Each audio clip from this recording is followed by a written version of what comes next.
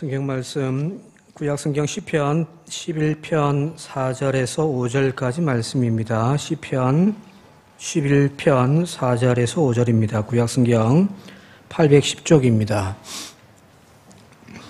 여호와께서는 그의 성전에 계시고 여호와의 보좌는 하늘에 있으며 그의 눈이 인생을 통촉하시고 그의 안목이 그들을 감찰하시는도다. 여호와는 의인을 감찰하시고 악인과 폭력을 좋아하는 자를 마음에 미워하시는도다. 아멘. 코로나로, 태풍으로, 또 여러 경제적인 어려움으로 힘든 이 시기에 맞는 추석이지만 이 추석을 통하여 다시 우리의 마음이 회복되어지고 고향 찾아 떠나는 우리의 발걸음들이 좀 더 가벼워지고 이 시간 하나님 집에 찾아 나서는 우리의 발걸음들이, 우리의 짐들이 더욱더 가벼워지고 평안해지는 은혜의 시간이 되어질 수 있길 바랍니다. 고향 찾으신 모든 분들 환영합니다. 우리 서로 옆 사람 인사 좀 할까요? 오래간만에. 환영합니다. 축하합니다. 축복합니다. 요즘 이제 고3 수험생들 이번 이제 명절 보내면 이제 원서 쓰거든요. 수시 원서를 쓰는데, 이제 많이 고생할 겁니다. 기도 많이 좀 부탁을 드리겠고요. 이 수시 원서 쓸 때에 반드시 들어가는 것 중에 하나가 바로 자기소개서입니다. 대학 입시뿐만 아니라 기업, 학교, 취업, 진학 모든과 관련되어져서 반드시 제출하는 것이 요즘에는 이 자기소개서, 자기가 어떤 사람인지를 쭉 소개하는 그 소개서를 쓰게 되어지는데, 예를 들면 대학 같은 경우 이 소개서가 수천, 수백 통이 들어온단 말이에요. 자, 그러면 이 자기소개서를 통하여서 자기가 어떤 사람인지를 이제, 우리가 이제 표현을 해내야 되는데, 근데 보면 거의 별 차이가 없다고 합니다. 그래서 대략, 이 심사감독관들이 이 자기소개서를 읽을 때에 많으니까 그걸 꼼꼼하게 다 줄쳐가면서 읽지는 않겠죠. 그죠? 대략 한 30초 정도를 읽고 그냥 넘어가 버린답니다. 자, 숫자도 많고 다 비슷비슷하고 또 성의 있게 읽지 않으니까 자기가 어떤 사람인지를 이렇게 어필하기 위해서는 남들과 다른 자기소개서를 쓰는 사람들이 더 유리하겠죠. 그죠? 그래서 학원이라든지 어떤 강사들은 이 자기소개서를 어떻게 쓰는지를 또 이렇게 연구하고 또 지도하는 그런 강사들도 있고요. 또 어떤 분들은 대필 해주는 그런 분들도 있더라고요. 아마 우리 지금 고3 수험생들도 자기 소개서를 자기가 적어야 되니까 어려우니까 부모님한테 좀 써달라고 하는 경우도 있을 거란 말이에요. 그죠? 자, 남들과 좀 더 다르게 자기를 드러내어야만 눈에 띄는 세상에 우리는 살고 있습니다. 동물의 세계가 그렇잖아요. 자, 이러면 동물 보시면은 암컷과 수컷이 있는데, 자, 암컷과 수컷 중에 어떤 것이 더 이쁘던가요? 동물들 보면은 암컷과 수컷이 있는데, 예를 들면 새라고 합시다. 새가 있는데 암컷 새와 수컷 새 중에 어떤 것이 더 화려하고 이쁘던가요? 수컷이죠, 그죠? 인간은 주로 이제 여성들이 이쁘게 꾸미는데, 동물은 수컷들이 자기의 몸 색깔이라든지 무늬라든지 하여튼 어떤 것들을 통하여 더 화려하게 꾸미는 것이 바로 특징이더라는 이야기입니다. 인간과 다르죠, 그죠? 왜 그러냐면 암컷에게 구애를 해서 이제 짝을 지어가지고 이제 새끼를 낳아야 되는데, 그러기 위해서는 수많은 수컷들이 경쟁을 해야 되니까 좀 더 눈에 띄게 하기 위하여 색깔이 화려하거나 혹은 또 여러 가지 이렇게 장식들이 많은 것이 바로 그 동물들의 특징입니다. 인간도 사실은 따지고 보면 마찬가지인 거죠. 무한 경쟁 사회 속에서 어떻게 하면 남들의 눈에 더 들어올 것인가, 저들과 나는 다른 차별성을 가지고 있다는 것을 어필해야만 성공할 수 있는 사회가 사실 인간이 살고 있는 오늘 이 사회잖아요. 그래서 좀 더 남들과 달라야 된다는 거예요. 어떤 이야기를, 일화 중에 그런 이야기가 있습니다. 어떤 유명한 강사가, 부흥 강사가 어떤 교회 가서 이제 집회를 합니다. 그냥 수백 명이 모여 앉아 있어요. 유명한 강사니까 뭐 다른 교인들까지 왔겠죠. 이제 이 강사님이 설교를 쭉 하시고 난 다음에 마지막에 이제 통성기도를 합니다. 기도 제목 가지고 통성기도 주야 삼창하고 이제 통성기도 막 하는데 유독 어떤 한 사람이 고래고래 가음을 지르면서 심지어는 뭐 자리에 벌떡 일어나가지고 막 두 손 들고 막 기도를 하더랍니다. 그 앞에서 이제 기도 인도를 하시는데 보니까 하도 시끄러워서 눈을 들어 봤더니 한 사람이 유독 그렇게 기도를 하고 있더래요. 그래서 이제 집회 끝나고 이제 마치고 돌아가는 길에 인사를 하면서 그 눈에 들어왔던 그 교인을 목사님이 잠시 세워놓고서 물어봤더랍니다. 하나님이 기머거리가 아닌데 왜 그렇게 소란스럽게 요란하게 기도하십니까? 그죠? 심지어는 그 사람 때문에 뭐 기도 방해받는 분들도 있기도 했으니까요. 그렇게 물었더니 이분이 이렇게 이야기하더랍니다. 목사님 생각해 보십시오. 여기 수백 명이 함께 기도하는데 주님이 누구 기도를 들어주시겠습니까? 하나님의 눈에 띄어야 하나님이 내 기도 한 번 더 안 들어주시겠습니까? 라고 이야기를 하더랍니다. 사실 성경을 봐도 그런 이야기들이 종종 나타나거든요. 여러분 잘 아시는 누가복음 19장에 이제 앞부분에 보게 되어지면은 여러분 잘 아시는 여리고의 삭개오의 이야기가 등장합니다.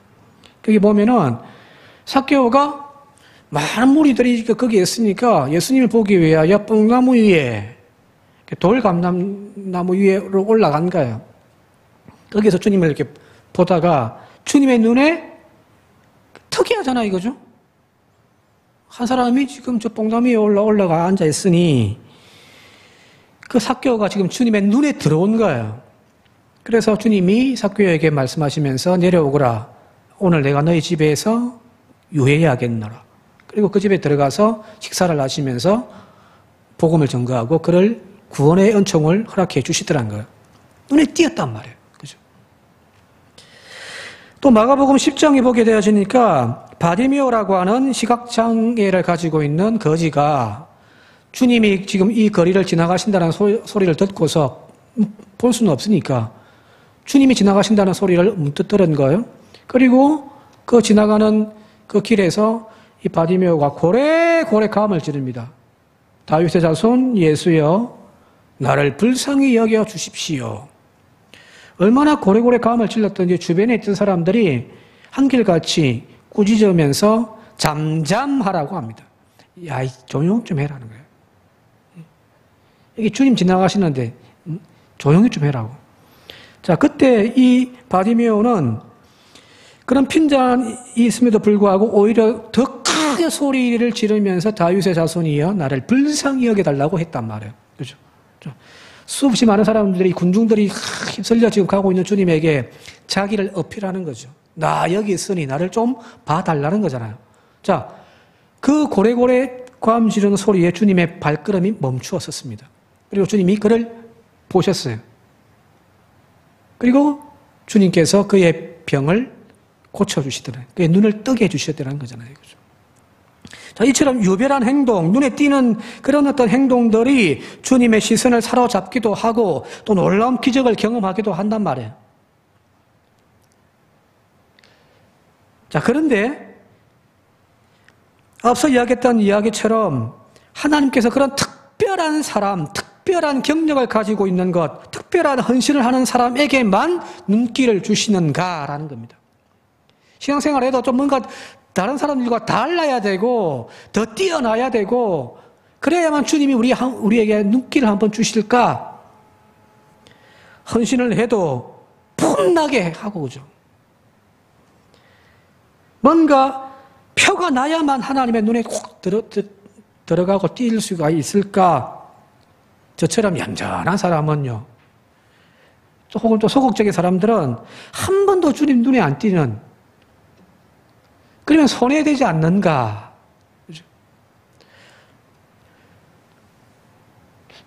그렇죠.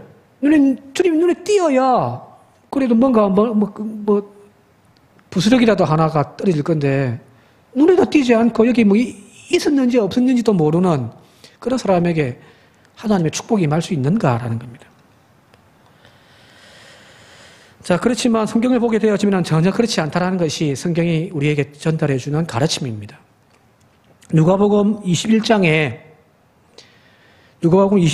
등장하고 있는 바리새인과 과부의 헌금 이야기만 봐도 알 수 있잖아요. 그죠? 성전에 계셨던 주님이 지금 이제 입구에 헌금함이 있는데 거기에 부자들이 많은 금액의 헌금을 탁 내는 모습도 지켜보았고 조금 후에 한 가부가 비루한 모습을 하고 있는 한 가부가 들어와서 두렙돈 정말 작은 단위에 지금으로 이야기하면 뭐 100원짜리 2개 물론 그 가치는 한 1000원짜리 정도 됩니다만은 그걸 지금 부끄러워서 그것도 남들 시선의 의식에서 부끄러워서 그냥 살짝 놓고 가는 그 모습을 하나님께서 지금 주님께서 지켜보시고 있더라는 거예요. 우리 같으면 이 부자가 낸 큰 금액의 헌금을 우리는 주목해 보았을 겁니다. 와, 역시 아무개다. 헌금을 해도 저렇게 해야지, 그지?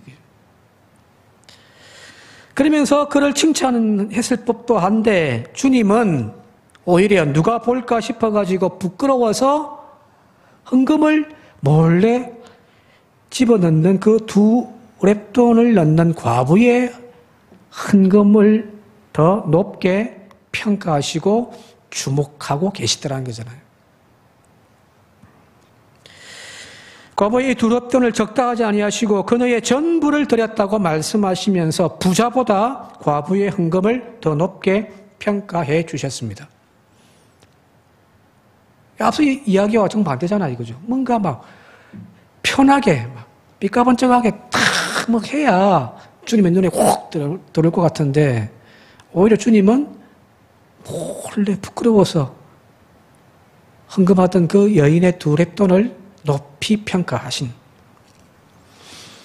이 과부처럼 하나님께 드리는 손길이 부끄러울 정도의 작은 예물이거나 혹은 적은 헌신들, 표도 나지 않는 그런 섬김과 그런 믿음 생활을 하시는 분들조차도 하나님은 유심히 지켜보신다는 거예요. 그게 하나님의 눈이에요. 분명 하나님께서는 우리가 가지지 못하고 또 보지도 못하는 깊은 곳까지를 다 깨뜨려 보시는 그런 눈을 가지고 계신 분이 바로 하나님의 눈입니다. 그래서 오늘 읽은 성경 본문 말씀이 바로 그거잖아요. 4절 말씀을 같이 한번 다시 읽어볼까요? 4절입니다. 시작. 여호와께서는 그의 성전에 계시고 여호와의 보좌는 하늘에 있으며 그의 눈이 인생을 통촉하시고 그의 안목이 그들을 감찰하시는도다. 하나님의 보좌는 저 하늘 높은 곳에 있지만 우리의 눈으로 우리의 그 과학적인 현미경을 그 만원경을 가지고 봐도 하나님 나라는 보이지를 않는 참 머나먼 곳에 계시지만 그러나 하나님은 그 눈을 가지시고 우리의 모든 인생을 다 통촉하시고 감찰하시더라는 거예요. 세 번역에 주님은 그의 눈으로 사람을 살피시고 눈동자로 꿰뚫어 보신다라는 거예요. 이게 바로 통촉 감찰인 거죠. 통촉하다는 말은 꿰뚫을 통자에 등불촉이거든요. 등불을 들어서 환하게 비추어서 그걸 꿰뚫어 보는 거예요. 정확하게 보는 거죠. 그죠? 가끔 주보를 보면은 오타가 날 때가 있습니다. 그죠? 어떤 분들은, 우리 교회의 교인들은 그런 분은 안 계신데, 어떤 분들은 딱 예배 시간에 설교 안 듣고, 오타 있는가 없는가, 감찰하시는 분이 있습니다. 펜 들고. 실제로 저는 그런 분들 몇 분 봤습니다. 우리 교회는 없습니다. 자, 근데, 사실은 이 주보 만들 때 굉장한 스트레스죠. 그래서 어떨 때는 다 해놓고서 만들어 놓고서 한번 몇 사람이 쭉 또 오타 있는지 없는지 다 한번 쭉 살핍니다. 자, 그런데도 여러 사람들이 오타가 있는지 없는지를 살펴보는데도 또 나올 때가 있단 말이에요. 무슨 말일까요? 눈에 불을 켜고 착착착 또 찾고 또 찾는데도 그게 안 보일 때가 있어요. 신기하죠, 그죠? 그게 인간의 눈이라는 거예요. 그러나 하나님의 눈은 정확하십니다.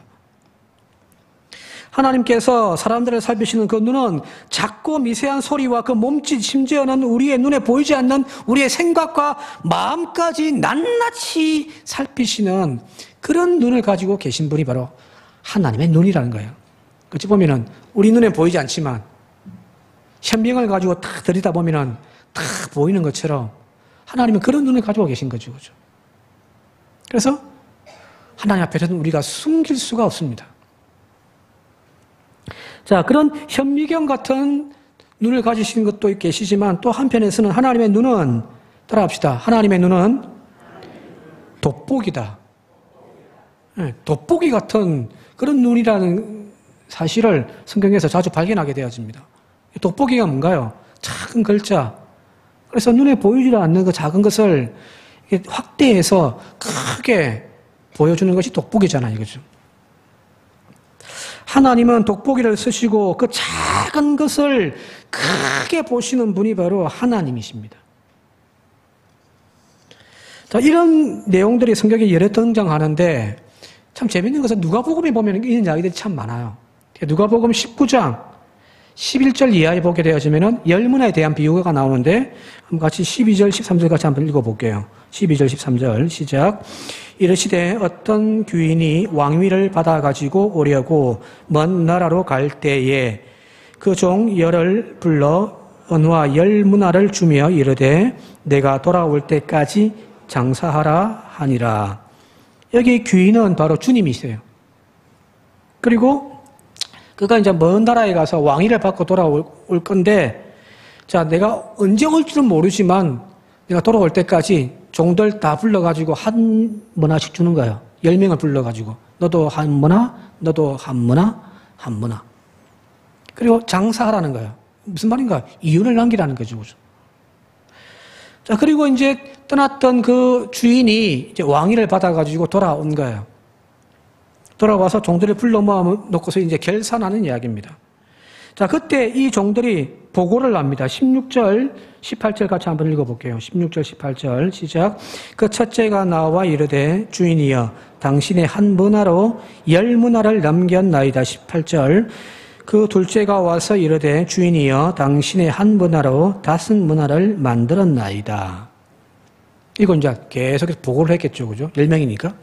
자, 그리고 마지막 종이 이렇게 와서 보고를 하는 거예요. 주여 보소서 주의 한 문화가 여기 있나이다. 내가 수군으로 쌓아두었나이다. 이는 당신이 엄한 사람인 줄을 내가 무서워함이라. 당신은 두지 아니한 것을 취하고 심지 않은 것을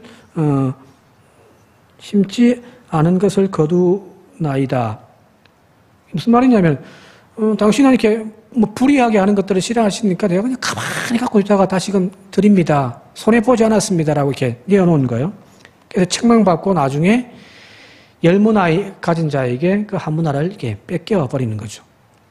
자, 여기 마태복음 25장에 나와 있는 달란트 비유와 똑같은 이야기죠. 그죠? 다 잘 아시니까 더 큰 자세한 설명을 드릴 필요는 없을 것 같습니다만은 여기 달란트 비유와 마태복음의 달란트 비유와 누가복음의 문화 비유는 조금의 차이가 있다면 그 차이는 바로 화폐 단위죠. 그죠? 그 전개되어지는 이야기들은 다 비슷한데 이 달란트라는 화폐는 마태복음에 사용되어졌고 누가에는 문화라고 하는 이 화폐 단위가 사용되어졌습니다. 그런데 이 두 화폐 단위가 차이가 너무너무 커요. 즉 1달란트는 은으로 따지면 한 은 30kg입니다. 와이고야, 그죠? 이만큼 되겠죠, 그죠? 은 30kg의 무게로서 6천 데나니온의 가치입니다. 데나니온이란 한 사람의 하루 일당 값이니까 6천 데나니온이면은 단순하게 계산하면은 대략적으로 한 12억 정도 됩니다. 지금 한 일당을 대충 계산해서 해보면은 한 12억 정도 되는 것이 1달란트입니다. 제가 평생에 벌어도 못 모는 돈입니다. 이게 엄청난 돈이죠, 그죠? 반면에 여기 은 한 머나는 아까 1달란트가 6,000데나니온에 반해서 은 한 머나는 100데나니온이에요. 이렇게 단순하게 계산하면은 한 데나니온이 하루 노동자의 품삯이기 때문에 100데나니온이니까 대략 한 달, 석 달 정도의 월급이 되는 거야. 자, 단순하게 계산해서 한 200만 원씩을 그냥 계산하면은 석 달이니까 한 600만 원 정도 되는 거죠. 1머나는요. 자, 마태복음의 달란트 비유에서는 한 달란트가 12억 정도의 달란트를 막 뭉뚱거리고 확 준 거야. 근데 여기 지금 누가복음에서의 1머나는 석 달 정도, 한 600만 원 정도만 줬다는 거야. 여기 달란트와 머나의 차이를 아시겠죠, 그죠? 자, 그런데 이 달란트와 달리 머나, 누가복음에서의 머나라고 하는 화폐 단위를 사용하고 있는 이유와 목적이 있더라는 거야. 무슨 말이냐면, 앞서 이야기했듯이, 이 머나는 제가 얼마든지 조금만 노력하면 가질 수 있는 돈이죠. 그죠? 앞서 이야기했듯이 한 600만 원 정도라고 생각하면은 제가 조금만 더 노력해서 열심히 모으면 얼마든지 모을 수 있는 돈이잖아요. 근데 달란트는요. 내가 아무리 노력하고 애쓰고 땀을 흘리고 하루 24시간 중에 잠도 못 자고 며칠을 내가 일을 한다고 해서 얻어지는 돈이 아니잖아요. 자, 무슨 말이냐면 머나는 이스라엘 사람들에게 노동의 대가입니다. 즉 임금으로 지불되어지는 화폐 단위라고 할 때에 머나는 여러분들 그리고 저 자신의 노력과 열심과 땀 흘리는 대가예요. 내가 얼마나 열심히 살았는가, 내가 얼마나 열심히 땀을 흘렸는가의 노력의 대가가 포함되어 있는 거예요. 반면에 달란트는요, 그는 나의 노력과 땀 흘리는 대가가 아니라 그냥 선천적으로 주어지는 하나님의 재능, 은사라는 거죠. 제가 아무리 노력을 해가지고 노래를 잘 부르려고 막 해도요, 안 돼요. 일전에 어떤 교회 지휘자가 목회자들 대상으로 해가지고 이렇게 발성 연습이라든지 노래하는 걸 좀 훈련시켜준다고 해가지고 가서 한 몇 달을 배웠는데 저는 포기했습니다. 그 지휘자가 하시는 말씀이 목사님한테는 제가 어떻게 해야 될지 모르겠다고. 근데 어떤 분들은 선천적으로 타고난 목소리를 가지고 있는 분들이 있잖아요. 그죠? 그게 달란트인 거죠. 반면에 머나는 그 사람이 스스로 노력하는 그 땀 흘리는 대가라는 거예요. 누구나가 땀만 흘리면 열심히만 하면은 이룰 수 있는 일들. 그게 머나인 거예요. 자, 그런데 여기 이 작은 돈을 맡기고 난 후에 결산하는 과정에서 열심히 장사하여 이윤을 남겼던 종들에게, 첫 번째, 두 번째 종들에게 주님이 뭐라고 말씀하시는지 한번 보도록 합시다. 17절과 19절입니다. 같이 한번 볼게요. 시작. 주인이 이르되 잘하였다 착한 종이여 네가 지극히 작은 것에 충성하였으니 10고을 권세를 차지하라. 19절. 주인이 그에게도 이르되 너도 5고을을 차지하라. 열심히 땀 흘려가지고 이윤을 남겼더니 첫 번째 종은 한 문화 가지고 10문화를 만들어버린 거예요. 그게 이자로 원금이 600만 원이었는데 그것 가지고 10배에 6천만 원을 만들어 가지고 온 거예요. 그리고 두 번째 종은 3천만 원을 만들어 가지고 온 거죠. 자, 그런데 주님이 이제 그 종들에게 평가하시고 이제 또 보상을 하시는데 보게 되어지니까 네가 한 문화 가지고 10문화를 만들었으니 자, 너는 10고을 가져. 왕의 그 직위를 받아가지고 왔으니까. 그리고 5문화를 남긴 종에게 뭐라고 이야기하면 너는 5고을 다스리는 권세를 가져. 이렇게 말씀하시더라는 거예요. 자, 여기 등장하는 이 고을이라고 하는 단어가 어떤 조그마한 마을이 아니에요. 영어 성경에 보게 되어지니까 10 cities라고 되어 있단 말이에요. 10개의 도시예요. 조그마한 리 단위의 그런 마을이 아니라 한평군, 무안군, 영암군 이런 10개의 도시를 다스리는 권세를 그에게 주신 거예요. 또 5 문화를 남긴 종에게는 5 고을을 다스리는. 지금으로 이야기하면 전에도 말씀드렸습니다만은 이 10개 정도 되면요 도지사입니다.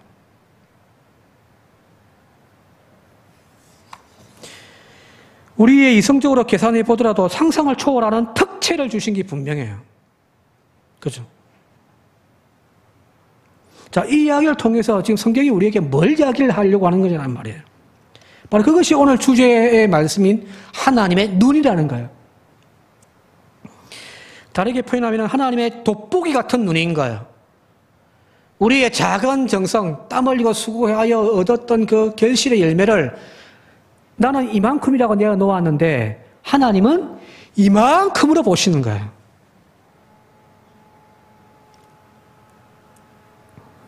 앞서 언급했던 것처럼 달란트의 비유와 달리 문화의 비유는 단순하게 화폐 단위의 차이가 아니라 인간의 노력과 수고의 땀을 담고 있다고 이야기했잖아요. 그죠? 우리의 작은 충성, 우리의 작은 헌신, 우리의 작은 땀방울, 우리의 작은 예물, 그건 지극히 작은 거예요. 하나님은 이만큼으로 보신다는 거거든요. 이건 주님의 생각과 또 똑같습니다. 여기 아까 17절 읽었는데 17절 보게 되어지니까 주인이 이르되 잘하였도다 착한 종이여 네가 지극히 작은 것에 충성하였으니, 여기서 말하는 지극히 작다는 표현이 성경 원어의 헬라어의 알라키스토스라고 하는 단어입니다.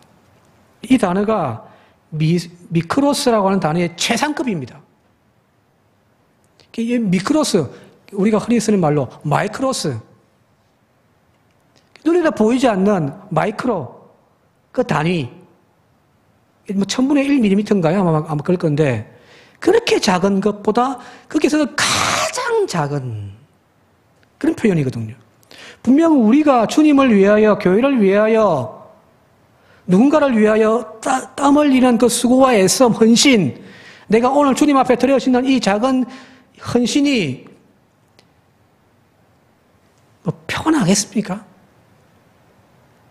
이제 바닷물에 잉크 한 방울 떨어뜨리는 것 정도밖에 되어지지 않는 것들이죠. 자, 그럼에도 불구하고 주님은 그걸 작다 하지 아니하시고 오히려 그 대가를 10문화를 주시고 5문화를 주실 만큼 크게 보시더라는 이야기입니다. 바로 이것이 하나님의 평가입니다. 하나님은 우리를 보시되 주님을 향한 그 수고와 충성스러운 마음을 돋보기를 가지고 보시는 분입니다. 안 보여서 돋보기를 봐야 되겠지만 또 다른 의미로서는 그 작은 것을 이만하게 보시는 분, 그게 바로 주님이시라는 겁니다. 마치 두렙돈의 과부의 헌금을 가장 크다라고 말씀하시고 많다고 말씀하시는 것과 같은 이치인 거죠. 그래서 여러분들 작은 일에도 충성하시고 사람이 아닌 하나님 앞에 하듯이 반드시 우리가 드려지는 그런 모든 삶 하나하나가 헛되이 그냥 사라짐이 아니라, 먼지가 되어짐이 아니라 하나님은 그 작은 씨앗을 가지고 축복의 씨앗으로 많은 것들을 매맺게 하시는 그런 은혜가 있음을 믿습니다. 헌신하시고요. 하나님이 원하시는 삶을 한 걸음 한 걸음씩 걸어가는 저와 여러분들 되시길 바랍니다. 평안북도의 정주에 있는 그 명문학교, 오산학교 유명하죠, 그죠? 민족주의자들이 거기서 많이 나왔으니까요. 이 오산학교에 재미있는 이야기가 하나 전해 내려온다고 합니다. 자, 그 당시에 그 동네에 아주 똑똑한 청년 하나가 살았습니다. 그러나 남의 집에서 머슴살이를 하는 그런 청년이었습니다. 가정 형편이 어려우니까 그냥 머슴살이를 하면서 살아가는 거예요. 근데 애가 똑똑해요. 그는 비록 집안이 가난해서 머슴살이를 하고 있지만 자신의 처지를 비관하거나 부끄러워하지 않고 오히려 자신에게 주어져 있는 일들을 늘 최선을 다하여 살아가더라는 겁니다. 그래서 매일매일 그 주인의 여광을 깨끗하게 항상 닦아가지고 탁 갖다 놓는. 근데 그 모습이 주인의 눈에 속 들어온 거예요. 불평하거나 막 원망하거나 인상 찌그러미 사는 것이 아니라 자기의 주어져 있는 작은 일에도 그 더러운 일에도 그냥 충성스럽게 그냥 하는 모습이 주인의 마음이 늘 와닿았던 거예요.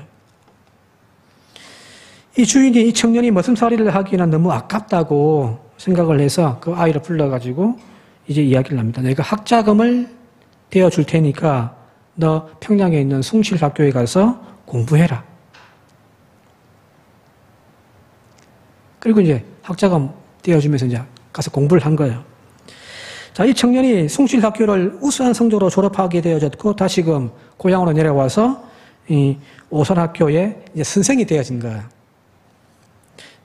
바로 이 청년이 누구냐면 이 민족주의자고, 독립운동가이기도 하고, 또 교회 장로이기도 하고, 우리가 잘 알고 있는 주기철 목사님의 학교 선생님이기도 하신 분. 그분이 바로, 조만식 선생님입니다. 자, 이 조만식 선생은 자신의 제자들에게 항상 인생의 성공 비결을 이렇게 이야기를 했다고 합니다. 여러분들이 사회에 나가거든 요강을 닦는 사람이 되십시오. 자기 어쩌면 간증이기도 하겠죠, 그죠? 작은 일에 남들이 보는 아주 아무것도 아닌 일에 최선을 다하여 열심히 할 때에 주인이 나를 이렇게 이쁘게 보셔서 이 복된 인생으로 살아갈 수 있도록 길을 열어주었던 것처럼 하나님이 오늘 우리에게 그렇게 길들을 열어주실 줄 믿습니다. 성공한 인생 비결 되기 위하여 하나님 앞에 그럴듯하게 나중에 내가 형편되어지고 좀 성공하면 돈 좀 벌면 한번 멋지게 한번 할게요. 자식들이 부모에게 명절날 힘들지만 조금만 기다려 주십시오. 이 사업이 성공하면은 나중에 그럴듯하게 제가 한번 해드리겠습니다. 다 거짓말인 거 아시죠? 그죠? 그죠? 지금 해야죠. 작은 것 하나에도 부모가 감동받듯이 하나님도 감동받더라는 거예요. 하나님의 마음을 움직일 수 있는 사람, 그 사람이 결국에는 복받고 성공할 수 있습니다. 오늘 그 주인공들이 바로 저와 이름들이 되시길 바랍니다. 이제 말씀 정리하며 마치도록 할게요. 하나님의 눈은 우리의 작은 것조차도 크게 보시는 분입니다. 작은 땀방울, 헌신, 최선을 다하여 몸부림치며 살아가는 그 모습을 주님이 결코 모른다 하지 아니하실 줄 믿습니다. 크게 나중에 은혜 내려주실 줄 믿습니다. 근데 또 반대로 생각하면은 오늘 우리의 악한 죄조차도 하나님은 돋보기로 보시는 거예요. 그죠? 다윗이 남들 아무도 모를 거야 스스로 숨기면서 했지만 그 작은 것조차도 그 내밀한 것조차도 하나님은 다 보고 계시다는 사실을 기억하신다면 한 주간 살아가는 동안 바로 우리의 마음의 자세가 어떻게 해야 될지를 다시 한번 더 기억하는 저와 여러분들이 되시길 바랍니다. 마지막 로마서 16장 19절 말씀 읽고 설교 마치도록 하겠습니다. 같이 한번 읽어볼게요. 시작. 너희의 순종함이 모든 사람에게 들리는지라 그러므로 내가 너희로 말미암아 기뻐하노니 너희가 선한데 지혜롭고 악한데 미련하기를 원하노라. 악의 씨앗들은 태워버리시고요. 선한 씨앗들을 한 주간 또 열심히 심어가는 저와 여러분들 되시기를 주님의 이름으로 축원드립니다.